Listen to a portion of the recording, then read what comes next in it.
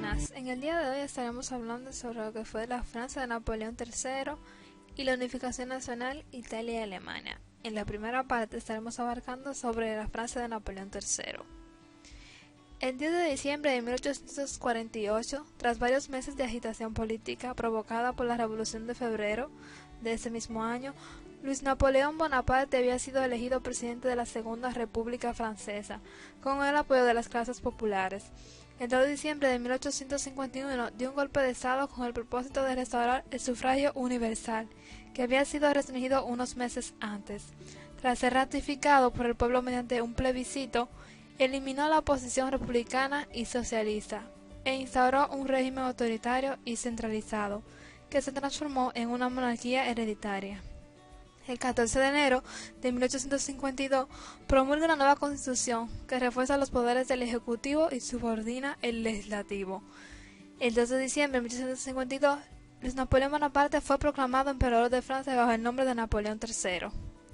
La Revolución de 1848, que instauró en Francia la Segunda República, le permitió regresar al país y participar en la política activa. El restablecimiento del sufragio universal en un país predominantemente campesino le proporcionó un éxito electoral inmediato, beneficiándose de la memoria de su tío y de la asociación del nombre Bonaparte, con una época de orden en libertad y de hegemonía continental de Francia.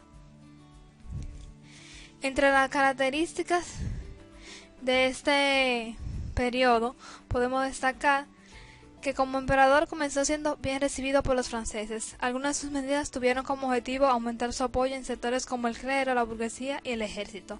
El emperador comenzó a promulgar normas más autoritarias, entre ellas la limitación de la libertad de expresión y de prensa. Este autoritarismo fue cediendo con el tiempo debido a varias circunstancias.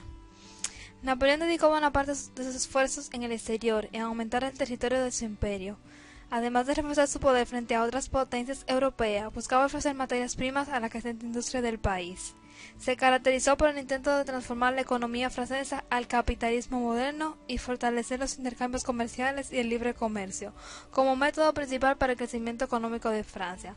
Fundó la banca hipotecaria Crédit Foncier y la Sociedad General de Crédito Industrial y Comercial, así como la Crédit Lyonnais. Napoleón también llevó la revolución industrial a Francia y mejoró de manera notable su urbanismo e infraestructura. En el transporte, por ejemplo, desarrolló la industria ferroviaria con la construcción de la red de ferrocarriles, que aún perdura.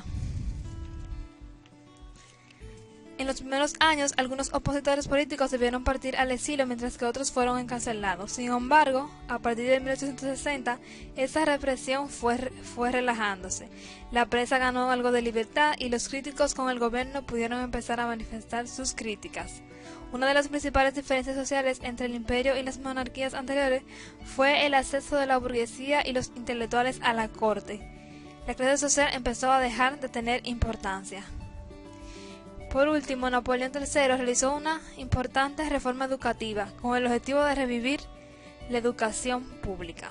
Entre las consecuencias de esta época, a nivel económico, el país se dotó de infraestructuras modernas, de un nuevo sistema financiero, bancario y comercial, y recobró en 1870 su retraso industrial sobre el Reino Unido. Añadió nuevas calles, parques y edificios públicos, e hizo dos contribuciones originales de primordial importancia: el abastecimiento de París con abundante agua de manantial y el sistema de alcantarillado para asegurar el drenaje de incluso en los distritos más bajos y para prevenir contaminación del Sena dentro de la ciudad. El Segundo Imperio vio la construcción de la red francesa de ferrocarril. Este periodo fue muy productivo a nivel literario. Abarca de Flaubert a Sand o a los hermanos Concord. La ópera Garnier ilustra la importancia concedida del mundo del espectáculo, el elemento de la fiesta imperial. Y bajo el impulso personal de la emperatriz Eugenia se apoyaron los trabajos de Louis Pasteur y de Ferdinand de Lesseps, que respectivamente acabarán en la vacuna contra la rabia y el canal de Suez. Entre los personajes destacados están Luis Napoleón Bonaparte, Gustave Flaubert, que fue un escritor francés considerado uno de los mejores novelistas occidentales. George Sand fue una novelista y periodista francesa considerada una de las escritoras más populares en Europa en el siglo XIX. Y los hermanos Goncourt, Edmond y Jules fueron dos escritores franceses decimonónicos pertenecientes a la corriente naturalista. En esta segunda parte vamos a hablar sobre la unificación nacional en Italia y Alemania. Entre 1848 y 1871, alemanes e italianos lograron poner fin al fraccionamiento territorial heredado de la Edad Media. En Alemania, en 1870, estaba formado en la segunda mitad del siglo XIX por 30 pequeños estados. El proceso de unificación de la actual Alemania se planteó a partir del enfrentamiento entre los dos estados más poderosos de la región, Austria y Prusia. La unificación se hizo efectiva a través de la derrota de Austria y de una serie de guerras exteriores. Figuras clave de esta estrategia fueron el rey Guillermo I y su canciller, el primer ministro Otto von Bismarck. El triunfo militar obtenido en 1870 sobre Francia permitió a los prusianos la creación de un nuevo Estado nacional, el Imperio Alemán o Segundo Reich, régimen de carácter autoritario apoyado políticamente tanto por los conservadores como por los liberales.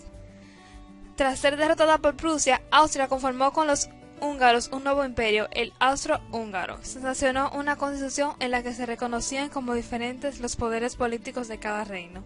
Dentro de este imperio convivían pueblos de diferentes nacionalidades y religiones que veían el nuevo régimen como opresor. Esto llevó a permanentes rebeliones, una de ellas era la causa décadas más tarde del inicio de la Primera Guerra Mundial.